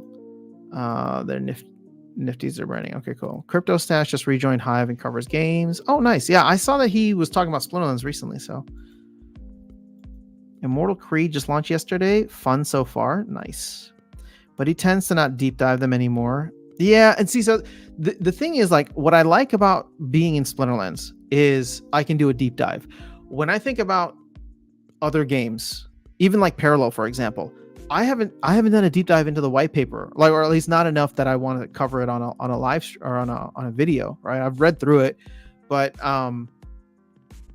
the thought of like jumping a deep dive the way that I do with Splinterlands into another game is very daunting, considering, you know, my time right now. Like, I feel like I'd have to go full like content creator mode, and just like literally be streaming and live and videos and all this stuff, just to be able to wrap my brain around, you know, multiple different ecosystems.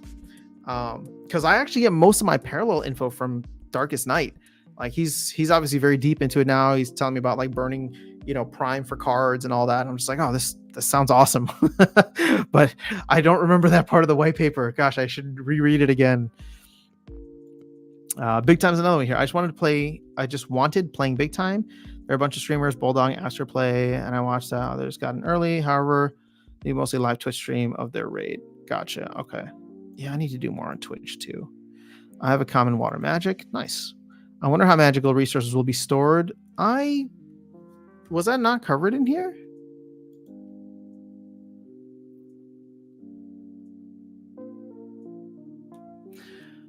I think in laboratories, I would assume that they are the elemental resources.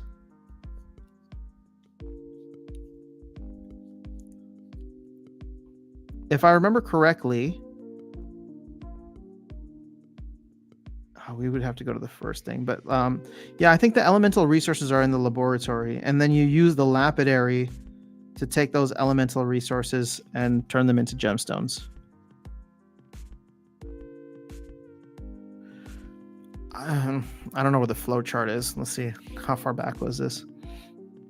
Oh, do they have a link? Because that would be so clutch. First post in the series. Let's go.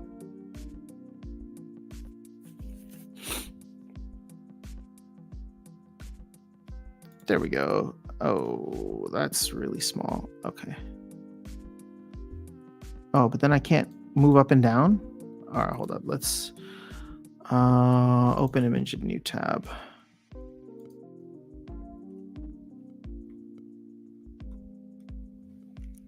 All right, so natural or magic resources. I would assume those are elemental resources. So magic resource production building. Yeah, so laboratory, is that what we said? Okay, hold on, let's go back now.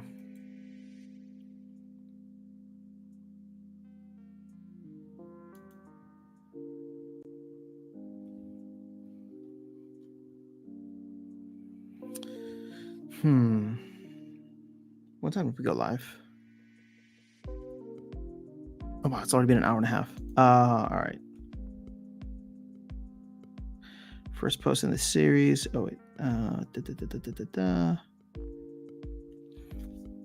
So storage, yeah, it looks like laboratory. Oh wait, no, this is resource refinement. You're talking about storage. That's a great question.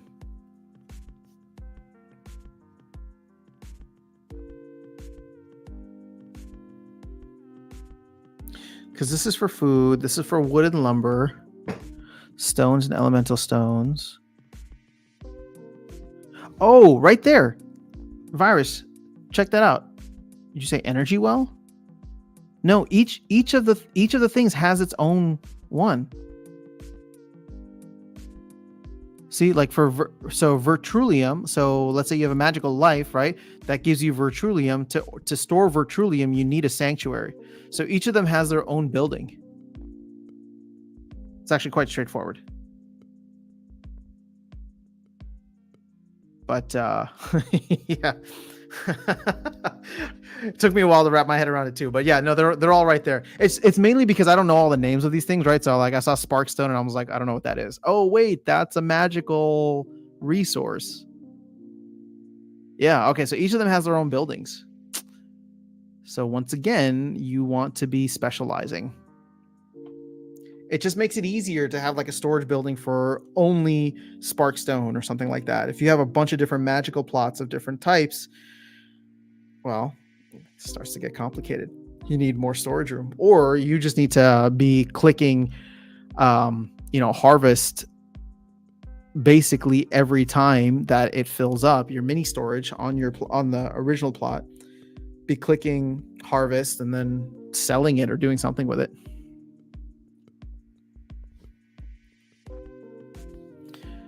All right, so Steve, you'll need magical resource for foods and buildings. I don't think there's extra. No, we found the storage, but that's a good point.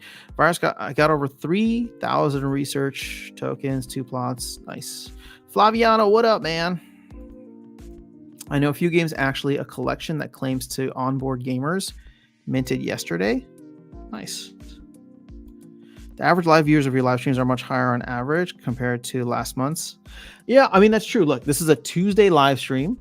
There's 53 people here.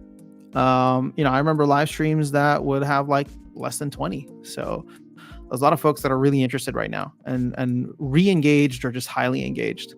So I agree with you on that, International Travel Channel. I thought you'd ask for other crypto games. My bad. I did. I was just saying, like, I was asking for crypto games and also like the what's that called? Crypto games, as well as like content creators you follow for those crypto games. Good sign for Splinterlands. Eraserheads, what's up? Happy Tuesday. I hope Darkest Night comes back soon. Yeah, I'll have to wrangle him on the channel. Yeah, he and I still talk like almost every day, but I don't know. We just talk about non-Splinterlands stuff, I guess. Although I will say he's been sending me battles and he has been calling me and telling me about the cards that he's buying. So he's not gone yet. You know what? Actually, I'm going to share this. I don't think he'll mind. We were having conversation and it got to a point, I'll be honest with you guys, because he's a good friend of mine now, right? Like a really good friend of mine. And it got to a point where I just didn't even like talking about Splinterlands to him. And I even told him this like a month or two ago. Where like he called me or we were talking and then he's just like, yeah, so Splinterlands, blah, blah, blah. And he was like upset about something. And I was like, dude, our friendship goes beyond Splinterlands. I'm like, oh, we don't need to talk about this. Like, I'm obviously, making content and I'm still excited, whatever. But like, we have a bunch of other stuff that we usually talk about anyway. So yesterday, we got to a point where I felt like he was bringing Splinterlands up just because he was talking to me. And I was like, you know what? Let's do this. I'm like, we don't need to talk about Splinterlands, but 2, I'm like, I have a homework assignment for you. I was like, you don't need to tell me your answer now, but I want to know, what would it take for you to get excited about Splinterlands again? Because, and I explained this to him, I was like, because the reason I'm asking this is because in my opinion, you've moved beyond Splinterlands. And not necessarily in like a bad way. The example that I gave him is like, we used to play, like both he and I individually used to play like StarCraft, right? Now, I still love StarCraft, but I don't go play it every day. And I was just like, that might be where you're at with Splinterlands. Like, you had this awesome run with it. It was super fun. And then now you're just playing other games that you're really enjoying, right? Now you have a sizable kind of investment, or whatever you want to call it, right? Collection holdings. So you're probably going to come back to Splinterlands more often than not. Plus, we're friends and we chat, and Splinterlands is always a topic that comes up easily and naturally. But for the most part, maybe you've just moved beyond Splinterlands, right? Maybe he's playing like Mir 4 and other games, and it's just like, and again, he's playing them because he likes the game, right? So what I was trying to ask him is like, what would it take for Splinterlands to come in and like essentially get your attention back? And my prediction, right? Because this is an ongoing conversation. He said he'd think about it. Then we talked about it more yesterday. Sorry, this is 2 days ago, and then we talked about it more yesterday. Because it's like, I gave it some thought, and he's like, the real thing for me was the Battle Helper change, which again, he was a champion for Battle Helper. We were on opposite sides of that, but that's besides the point. But then, my going further with my analysis of like where he was at, I was like, I said, I think you're done with Splinterlands, right? I think you don't enjoy the game as much because now you're looking at like learning the new meta as a chore in order to earn money and a return on your investment. You're not playing the game for fun anymore. And that's fine, right? You're playing other games for fun. So I actually think that he's done with Splinterlands in that way, right? Maybe he comes back for a little, return renaissance. But I told him, I was like, I know there's another sore topic, but I actually think the what has a stronger chance of pulling you back in purely for the gameplay is going to be Soul Keep, if it ever launches and it ends up being fun, right? Because you already have assets in the ecosystem. You already understand it, you know it. If Soul Keep comes out and ends up being as fun as it was even in the beta, because he was playing the beta, he spent hours on the beta not earning anything, but he just needed to get to the last level. I was like, if Soul Keep ends up being fun, I'm like, I think that'll pull you in. But I generally think that you are not upset or left or whatever. I just think you're over the game, right? And therefore you're on to other things where the meta is just more interesting, like playing these other games. It's this balance that we're all having to strike of investor / player. And so I don't know where that goes for him. But we obviously still talk about it a lot. I just was trying to kind of psychoanalyze his relationship with the game and what would eventually bring him back. Because I told him, I forgot what he said exactly, but he was talking about something Splinterlands related, right? But it was like, oh yeah, the ROI. I was like, man, you know what? 2 years ago or a year and a half ago, whenever we would talk, you didn't mention anything about money. It was all about the game, right? So now you've gone to the other side, right? Where you started off as a player and now you're focused purely on the investment side, which again is odd because I did the opposite, right? I came in with the investor hat and then flipped over. I don't want to say flipped over because I'm still very much like an investment for me, right? But I enjoy the game and I play it for what it is, and I think it's fun and I think it has potential. But I think for him, what hurt is the fact that he saw his assets rise so high and then didn't sell because he was too emotionally attached to the game, which I understand because when SPS was at $1, I had made a good trade already. I should have sold, and I definitely shouldn't have bought back in at 80 cents, right? I don't know. It's just interesting to kind of have this conversation with him because at his core, he lives a good life. At his core, he's a gamer. And so when he's no longer interested in playing Splinterlands, that to me kind of represents, yeah, sure, there's been a lot of FUD and salt and, negativity, and the team hasn't delivered. It's been a rough year, but I look at the gaming, I look at the game through his gaming lens, and it just makes me feel like, okay, well, there is a post Splinterlands world, right? Where at some point, who's the other person? Holozor, right? Holozor has been around for a while, 5 years. Just said that the game didn't bring him joy anymore, so he sold all of his stuff. I don't know if he bought SPS or whatever the case is, but people will reach that level. And I'm not saying this in a negative way. I actually think that represents the fact that Splinterlands is a game, right? Maybe not a game first, but there are people who just enjoy it for what it is. And then you can move beyond that, right? I don't know how long it'll last for me. I hope it goes for a while, right? I have a lot invested here, not just financially, but emotionally, right? Gotten to meet so many cool people. But that's not the same for everybody. So yeah, I don't know. I'm just kind of meandering through this topic because of the conversation. But for those concerned about like Darkest Night, I don't think that he's like negative about the game. I think like any person who plays games a lot, you go through waves with a game. And I think that actually represents a good thing for Splinterlands, that it could keep his attention and even my attention now for multiple years. Granted, I have a lot riding on this. It dominates probably way too much of my life, honestly.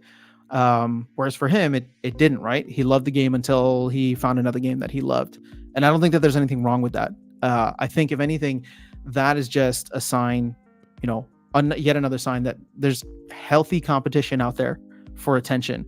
And Splinterlands, even with their team being where it's at and all the, rough year that they had, they got their work cut out for them. They are going to need to create and do and expand everything that they want in this ecosystem in order to keep players, in order to attract new players.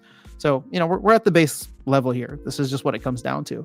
But yeah, hopefully I'll have him back on so he can kind of explain more of his side soon. Energy well, that's not good. All right. So I need Storm Casket. There you go. I also wonder if we put grain in the LP, are we going to need to store it in storage or will it be sent? I don't think it's gonna be on tribal decks, but I wonder if there'll be a separate place for the liquidity. Smash that like. Thank you, Aaron. I appreciate you. Howdy, neighbor. How is the mighty land of Launchard these days? All right, so how competitive is the Gold Modern League at the moment? I have an okay gold deck, but I'm still in silver. Maybe get on the leaderboard, but it's hard. Gold 3 and 2 were relatively easy. I kind of ripped through those in a day, so less than 24 energy. I'm now in Gold 1, so I don't know what the competition is going to be like in Gold 1, but I assume it won't be easy considering that I don't have a lot of the Rift Watcher cards leveled up. I don't have any Rebellion cards, so KQ Forever, people don't leave the game, they just take vacations until their price point is met to bring it back up. Fair enough, yeah. Eraser has said about Darkest Night, he influenced me greatly on getting my keep in 119 on a podcast with People's Guild. Oh, nice. Well, so here's the thing. This is what I'm trying to say about the whole Darkest Night situation. And again, he's a good friend of mine, so there's biases there, whatever the case is.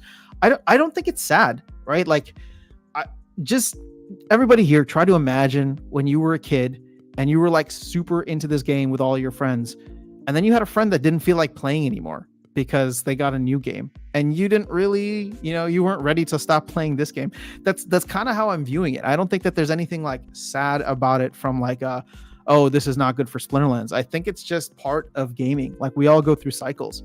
And so, let's be real. The land expansion came out in 1.5 and I know the team put in a lot of work. This is not a knock on the team. It's not fun, right? It's not the card game, and it's not like Civilization 6 or whatever, right? Like, it's trying to be, and hopefully it'll get there. And I think the Land 2.0 white paper shows that, right? That it's gonna be a very dynamic and complex economy, which is exciting, but it's not there yet. So, this big release that took the entire year, that created so much FUD and headache and frustration for all these players, it came out and it delivered, but it didn't actually deliver on, on like the experience, right? It delivered on a promise. It didn't deliver on a new shiny experience that everybody was hoping for. Rebellion, in my opinion, did that way better. And so what is going to be the next thing that comes out? Well, Land 2.0 is on the docket, right? And that will hopefully be a better experience. But once again, is that going to be comparable to SimCity or Civilization 6? Like, it's not going to compete on that level with those other games, but it's going to be real, which is fun. And I think that's what people like about, this whole ecosystem. But that's why I have such high hopes for Soulkeep, because it's just a new game utilizing the same assets. And if they can stick the landing on that, if they can stick a landing on it at any point in time, then that's like the big thing on the horizon that I would hope that would bring in not just Darkest Night, but like a bunch of new players into the ecosystem. Matthew says, I'm surprised a new Rebellion meta hasn't drew him back in. I wonder if the new guild stuff and other things. Maybe we'll see. But you know what? I say all of this stuff, and I think it's important for anybody who might have missed it. I think it's important to know that he lost to Mantaroth enough that he went and maxed out Mantaroth. So, it's not like he's like completely gone from the game. It's just like he likes playing the game. He's rising up the ranks on modern now. And I think he's just learning to have a different relationship with it while being super obsessed with Mirror 4 right now. That's like all he's playing. But he's like running his energy down to zero and having fun with it. And that's just what, it's going to be what it's going to be, right? Like, here's the thing. People don't see how disillusioned I got with the game because I was botting my account for so long, right? I botted my account. I wasn't playing. I didn't really care. For me, the more exciting things, again, coming from an investment side, I was more concerned with the economy and all the different things happening there.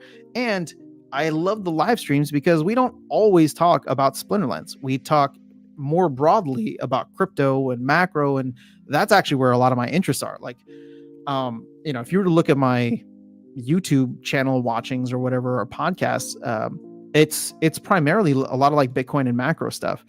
Like the Splinterlands thing is fun, and I wrap my head around it because since I love thinking about macro and seeing how it is, right, and how complex and how actually kind of like rigged the whole system is against you, but it's kind of cool to be able to like love and appreciate that from an economy standpoint, and then come to the Splinterlands economy and be like, oh, this is so much simpler. There's only 2 tokens, and we know who's like, we know the monetary policy, and we know there's no like, industry complexes here and lobbying and blah blah. I mean, we do have that to a certain extent, right? With like the proposal voting, but it's on like a micro scale that's like just fun because it's a game.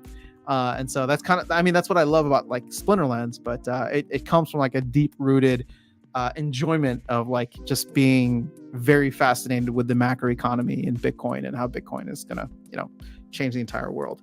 But that being aside, to get back to your main point, I'm surprised on a new Rebellion meta hasn't drew him back in. I think over time you'll be surprised at how many cards he ends up buying if they end up being cards that are essential to the meta. I'm loving playing the Rebellion cards. I sold my bot and haven't played this much in a while. Nice. Oh, I should probably move my bot out of my account, actually, because I think, am I still giving up rewards? I hope I'm not. Maintenance is over. Nice. There you go. Well, it is true that the game can get old, but I'm sorry. Hoping in the new year they focus on adding. I don't know. I was trying connecting those messages, but I don't think they're supposed to be. Holozor bought a legendary occupied plot from me, and at the time I recall him saying that all he owns, that's all he owns except all his SPS. All right, so see, like that's the thing. He got over the game, but still like the ecosystem. Howdy neighbor, are you guys talking to each other? The game's come so far since I first joined. Yeah, same for me. I mean, it was nothing like this 2+ years ago. Racerheads. Yup. Let's go. Do you ever consider maxing cards and competing at the champ level? I consider it all the time in my dreams, but I'm not ready to throw down that kind of capital. Again, to me, Splinterlands is still like investment, right? So if I'm ever going to put any more money in, it's probably going to be buying a lot of SPS. I like what my collection can allow me to do. I don't need to compete at the highest levels because this is not like a game where I need to flex. But I would love, if somebody wanted, like, I would totally be somebody's scholar just for fun. If they had a maxed whatever, I would totally love to see how I could compete with a fully maxed deck. Because right now, I get a little bit of like wiggle room because I get to blame the fact that I don't have a fully maxed deck. But I wonder how good I would be or how bad I would be if I had a max deck and if I'd actually be able to achieve champion or high diamond status. Also, you get Darkest Night, Splinterlands dominating lives. Indeed.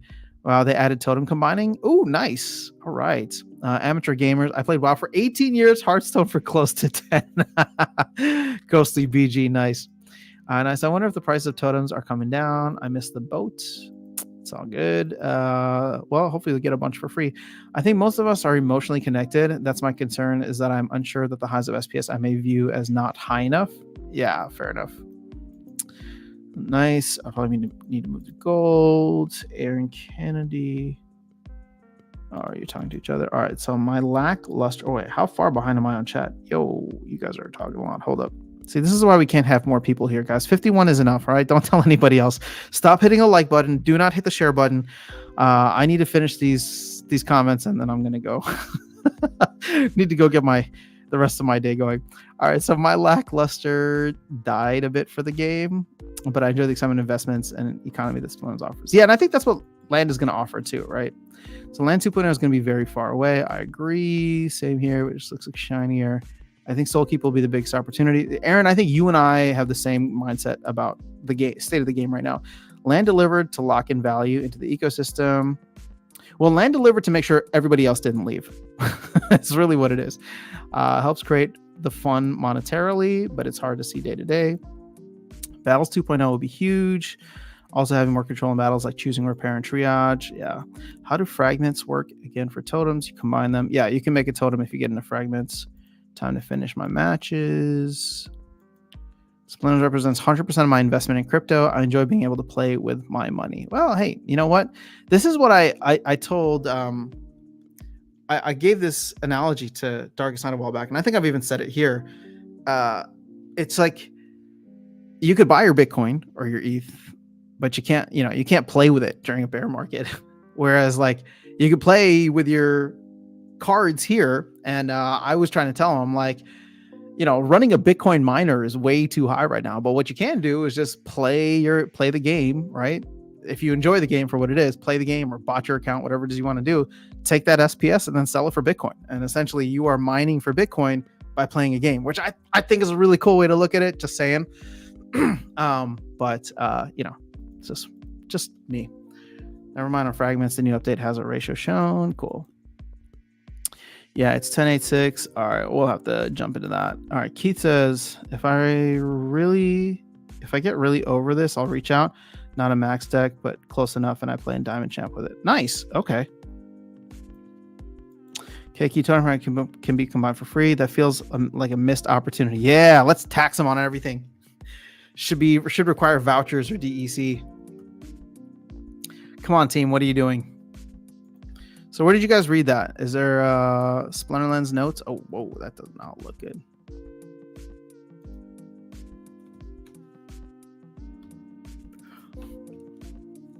I'll jump into the notes later. All right, guys, but we are almost at 2 hours here, which is fantastic. I did not think that I was going to stream this long, but just another testament to you guys. You are fascinating. You are here. You are why I do what I do, because to me, the live streams are just where I come to hang out and spend my free time, because there's a lot of really cool, like-minded folks here. So I will be live on Thursday as per usual. Maybe I'll sneak in another live stream before then, but it might be to play some parallel, because Darkest Night's been on my case about jumping back in with a new meta. So we'll see.